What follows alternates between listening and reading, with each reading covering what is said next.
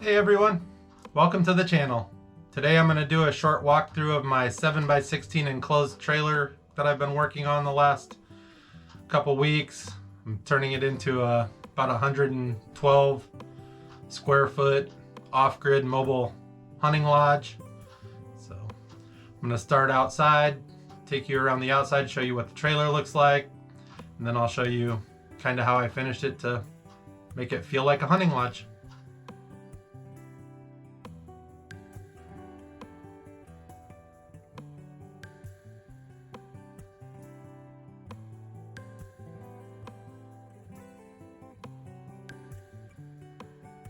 This is what the trailer looks like. It's just a 7x16 foot V-nose enclosed cargo trailer. Got the dual axle trailer. I wanted the extra tire there for a little smoother ride. When they built the trailer for me, I had them install the RV handles, so it's a little easier to get in and out of. I got the fold down ramp door in the back. Just gonna open up the door. I'll show you what I'm using for power. This is the Bluetti AC180 power bank. I decided to get that because I can charge it with a solar panel when I'm off grid, or there's other ways to charge it too. I'll do a little video separate on that. But I built a little storage under the bed in the back, so I can haul tree stands, coolers, hunting gear, the solar panel for the Bluetti generator. And then up here I just put a little power strip, an extension cord that I can use outside, a hose to fill up my water storage tank, and then a little light up top just so that I can turn a light on when I'm working outside. So let's go in and take a look around.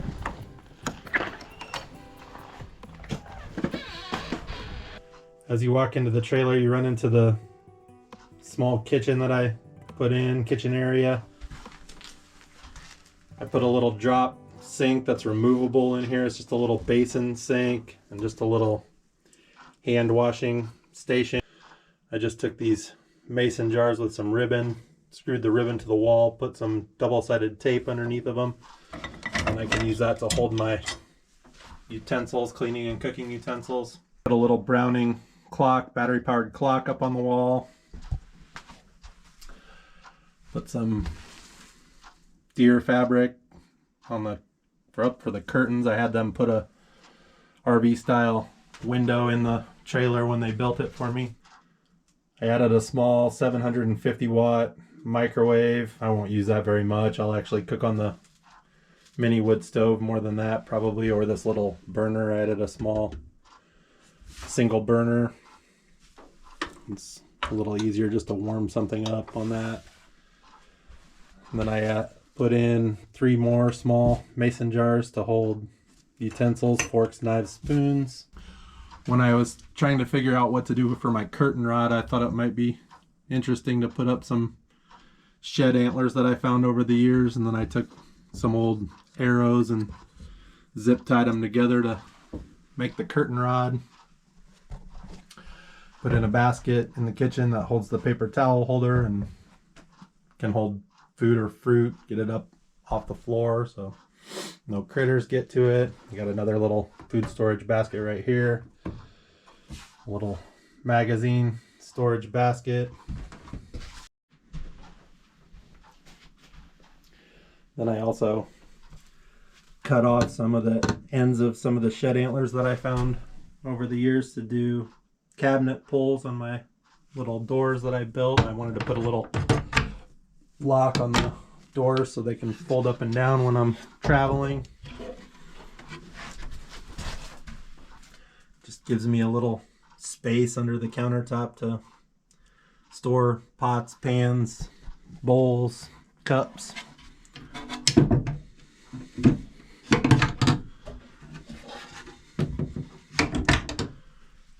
And then I also have a little space under the cabinet for this is my Igloo 7-day ice cooler. So that's what I haul my food in. Just some storage. That's stuff for the mini wood stove. And then working your way to the back of the trailer, this is the bed that has storage underneath of it from the back. So from about the middle of the bed back is storage from the back, and from the middle of the bed forward is storage from the front. When I built this platform for the bed, I insulated the wall back there. I insulated the platform under the bed, and then I insulated the wall back behind it to separate that storage area in the back so it's not as cold in the trailer. And then I left a little, there's a vent in the back corner of the trailer in the bottom back there. I left a little hole in this storage area behind the storage totes so a little bit of cold air could come in there, go up to the Cubic mini wood stove. So in this side of the storage compartment on the right hand side, this is a little bench that has storage inside of it. It's got a handle on it. I just slide it in and out. And I just pick up the cushion, store like tools and other assorted things that I don't want to use, that I'm not going to use all the time. Store it out of sight right there. When I'm actually staying in the camper, I'll probably leave this stool out and use that space back there as storage. There's also a little slide out dining table right there, so you can sit on the stool right here and eat dinner, put a laptop on it. It's just a piece of acacia. It's got a handle on it, so it just slides in and out. A little dog bed in the middle for the dogs. This side fits 4 of these storage totes. So I keep all my hunting gear in there, camo, backpacks, binoculars, rangefinders, all that stuff will stay in those totes. I have a 9.5 inch thick homemade memory foam mattress in there. It's actually 6 inch thick memory foam with a 3 inch thick topper on top of it. The reason I did it myself is I wanted to custom make how long it was. The reason I wanted to custom make the bed is I'm kind of tall. I'm about 6'2", so I wanted something that was at least 6 foot long. I was struggling to find a mattress that wasn't as wide but a little longer, so I actually just ordered the memory foam and did it all myself. And then since I'm a little taller, when I was doing the edge, the trailer is 6 foot 8 inches wide inside to inside from the tongue and groove pine that I put up. I insulated the walls between the studs. I left the plywood on the walls of the trailer, and then I added tongue and groove pine to the front of that.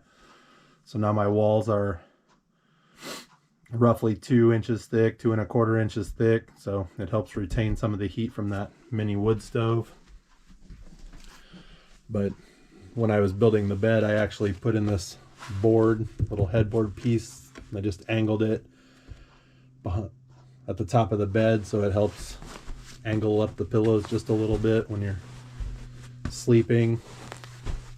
It also gave me a spot right here to run power through the trailer. There's also a small hole back there that lets a little more fresh air in so it can get to the Cubic mini wood stove right here. I added 2 shelves, small shelves in the trailer next to the bed.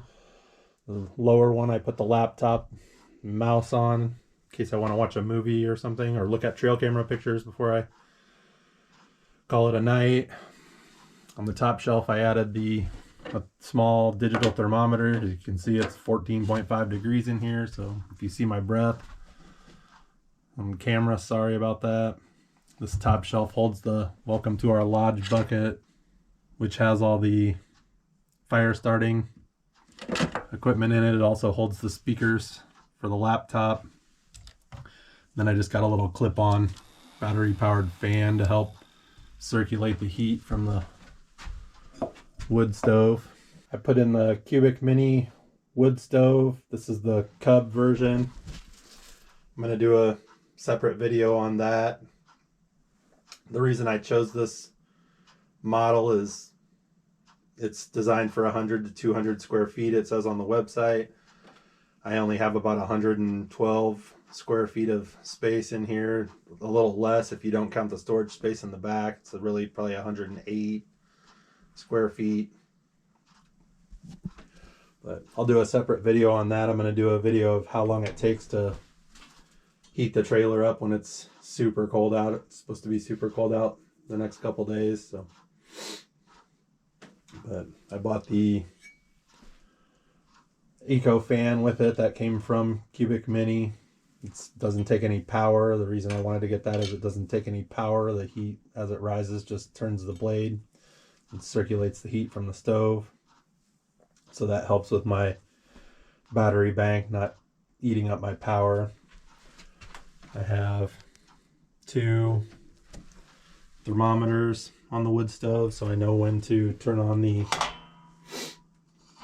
catalytic converter for it. I got the kit for the stovepipe to go all the way out the top of the trailer from Cubic Mini. It also has all the adapters that you need to get everything out of the top of the trailer. The only thing it didn't include, and it says it on the website, but I didn't realize it when I ordered it, is the 3-inch pipe that goes through the 5-inch pipe to the top. So you actually have to order one more piece of 3-inch flue to fit inside the 5-inch flue. Don't forget to do that if you're gonna order a wood stove from them. I just put in a couple baskets below the wood stove just to hold some firewood. I can stack it in there, whatever I need for the night. That way I don't have to go outside to get firewood when I'm sleeping in the cabin or the lodge. I also ordered from Cubic Mini the little tool set that mounts on the wall. It's just a poker, tongs, and a shovel to clean it out. They did not sell an ash bucket on the Cubic Mini website. I don't know why they don't sell a mini ash bucket. I ended up getting this one from Amazon. It also came with a small shovel and brush kit. And then I just added a little pop-up trash can. It's a 3-gallon trash can. I won't really have that much trash when I'm in here. I put in some aged gray laminate wood flooring on the floor. And then I just put in some rugs, just because the floor almost always is a little colder than everything else. It's hard to warm the floor up in a trailer since the air blows under it. But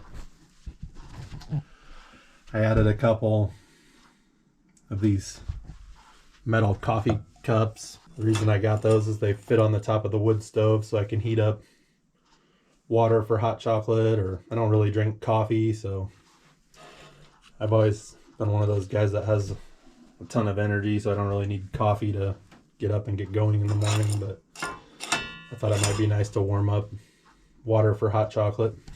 And I also picked up some of these smaller cast iron skillets from Cabela's. They have them at Bass Pro Shops too. But I didn't know how well they would work with the mini wood stove to actually cook, but I wanted to put them on the wall to use as like a thermal battery when the wood stove's on. These actually warm up. They don't get really hot to the touch, but they get warm. So it's just another thing that puts out a little bit of warmth in the trailer when you're trying to heat it up. So I did find out, I haven't tried it yet, I don't know how well it's going to work, but I did figure out that if you take this smaller cast iron skillet and put it on top of the stove, that you can actually set the medium-sized one on top of it. It makes kind of a flat little table there, so you would be able to cook in like a 5-inch cast iron skillet, cook a couple eggs and a little bit of sausage or something for breakfast. So. Okay, I decided to wall off the V-nose part of the trailer up front. I actually took some cedar fence paneling that was getting thrown out, cut it in half widthwise, and then ran it through the table saw just to take a little bit of the gray color off of it, get it back to the more natural color. And it also left me some like kind of cool rough cut saw marks in the wall, so I decided to use that for the wall paneling. I put in a little Browning clock, battery powered clock. I had to build a door to fit that space right there. I didn't want to, the trailer is only 6 foot 6 inches tall to the ceiling. It's actually 6'8" to the ceiling, but then I brought the ceiling down. I insulated between the studs, added plywood, and then I also went down the steel studs and added a 1x3 piece of trim to help support the plywood when it's going down the road. But so I didn't have enough space to buy a door. I didn't have the width or the height to buy a door. I decided to just build a custom door to fit in there. And we added a little piece of art from Hobby Lobby to it. I added the same little lock on it so it'll stay shut when I'm driving down the road. Put in a deer antler handle on it, and that just separates the bathroom from the rest of the trailer. In the interest of time, I'm gonna go over the bathroom that I installed in the trailer in the second episode. I'm also gonna do a short video about the Cubic Mini wood stove and another video about the Bluetti AC180 power bank that I use to power the off-grid trailer. If you want to check those videos out, they'll be in the Little Lodge playlist on my channel. Make sure you hit that subscribe button so you don't miss out on any upcoming episodes, and thanks for watching.